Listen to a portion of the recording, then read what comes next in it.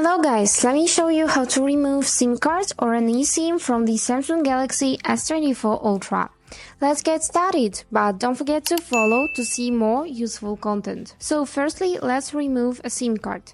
For this, we're gonna need this little ejector which comes with the device, but you can use any other one. You can even use a needle, but be careful so you don't damage the slot.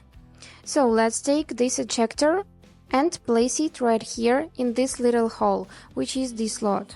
So we're gonna insert it in here and now just slightly press.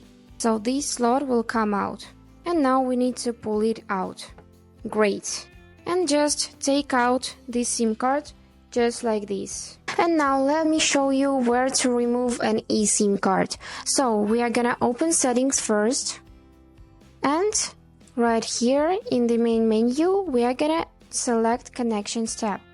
Now click on SIM manager, and right here in eSIM section you will see your card and the option to delete it.